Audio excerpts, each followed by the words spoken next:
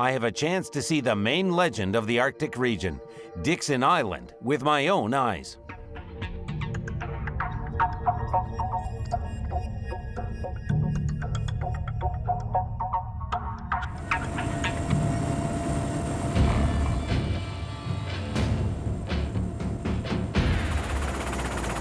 The distance from Karul to Dikson is 186 miles, and ice drifting has not begun here yet. So we are flying over the Yenisei on an Mi-2 helicopter.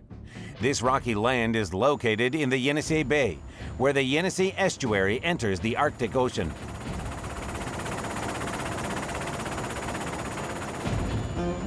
In just 2 hours of flight from the North Pole,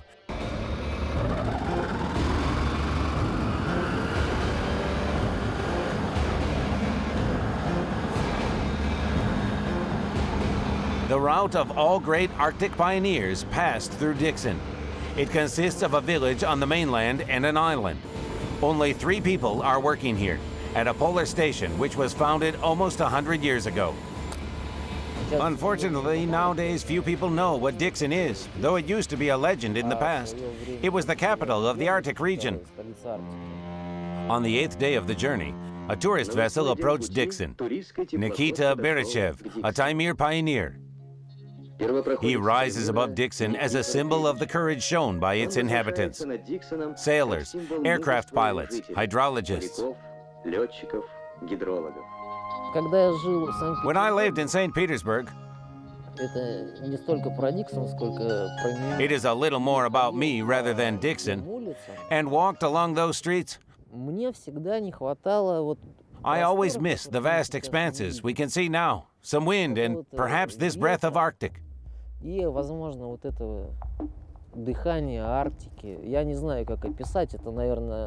don't know how to describe it. This must be the feeling people mean when they say that he who has been to the north at least once will always want to go there again.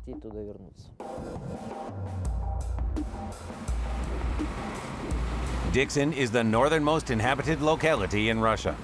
During the polar night, people don't see the sun for 3 months. Winters last almost all year, while short summers are never warm. It seems impossible to live on Dikson.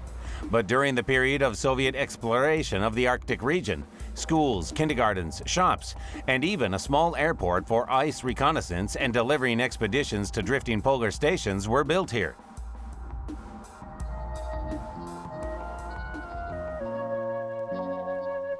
Yes, it's the Arctic outside. The weather is generally normal on Dikson. Life is not worse here than in the Urals or in a village near Moscow.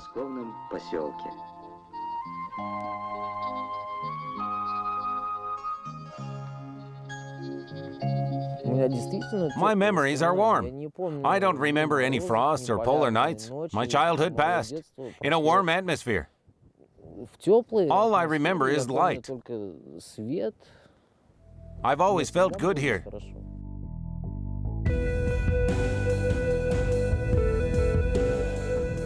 But there is no more light in most Dikson windows in the evening. In the 1990s, hundreds of people left the far north forever.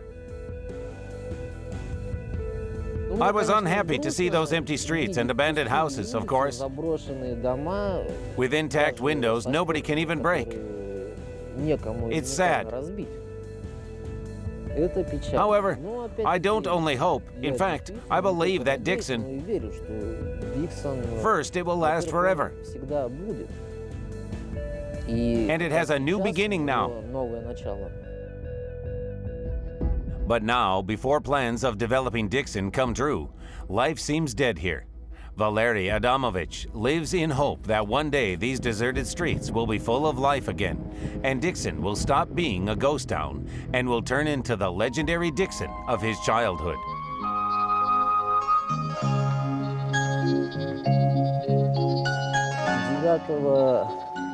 On the 9th of May, there were always meetings near the monument to heroes of the North Sea Fleet who died defending Dikson. During World War II, hundreds of ships passed along the Northern Sea route. 4 million tons of different cargo was transported. The heroes of Dikson prevented Germany from stopping the delivery of vital supplies to the USSR. Germans attached great importance to the control of transport routes passing through the Arctic region. What they needed was weather. That is why they attacked the polar station in Dikson. There was a radio center on Dikson at that time, which provided communication for both passing convoys and all other vessels. Dikson was obviously very important for Germans from this point of view. But they did not manage to make a landing and seize Dikson. Although there were few people and almost no artillery, thanks to the people noted here.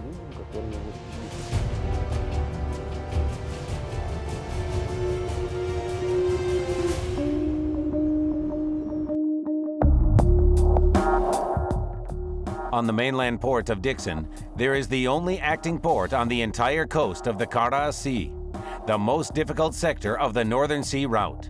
Vladimir Radigin ensures safe navigation. Lighthouses, there are about 44 of them here, must always be in good condition. Well, first they have different colors, red, green, white, and then there are their characteristics. Some light for a second, others for 2.5 seconds. So you can know the name and position of a lighthouse by its light characteristics. And you can also find out where the ship is relative to them.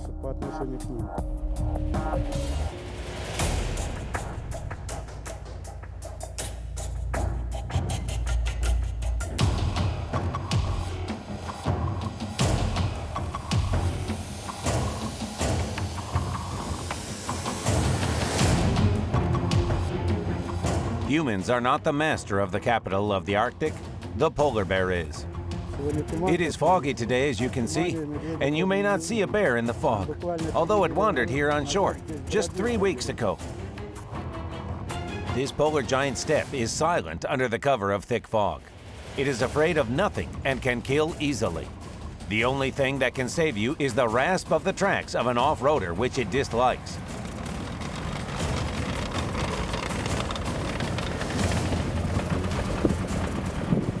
I have to sail to Chelyushkin and back. It takes 18 days. I have expelled 34 bears from lighthouses. When searching for food, a bear can accidentally step onto a cable, pull it, and break it. That is why, before a shipping season like today, we must visit the lighthouse and make sure everything works fine.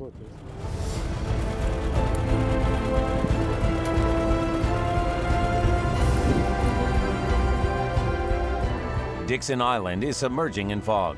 Very soon, the polar night is going to cover this water and land. Only the lights of the lighthouses will remind us that here, on Dikson, life goes on.